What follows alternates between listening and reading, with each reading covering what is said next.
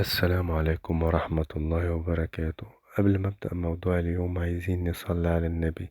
اللهم صل وسلم وبارك على نبينا محمد وسلم تسليما كثيرا.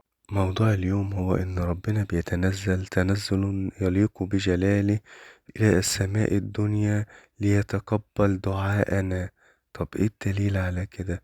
الدليل حديث الرسول صلى الله عليه وسلم. قال رسول الله صلى الله عليه وسلم: يتنزل ربنا تبارك وتعالى كل ليلة إلى السماء الدنيا حين يبقى ثلث الليل الآخر، يقول: من يدعوني فأستجيب له، من يسألني فأعطيه، من يستغفرني فأغفر له.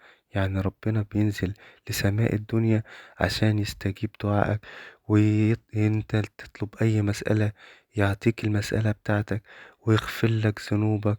ما تسيبوش تلت الليل، لأن ده ميعاد مهم جدا تقدر فيه ان انت تدعي إلى الله وتشكو إلى الله، وربنا إن شاء الله يفرج همك بإذنه.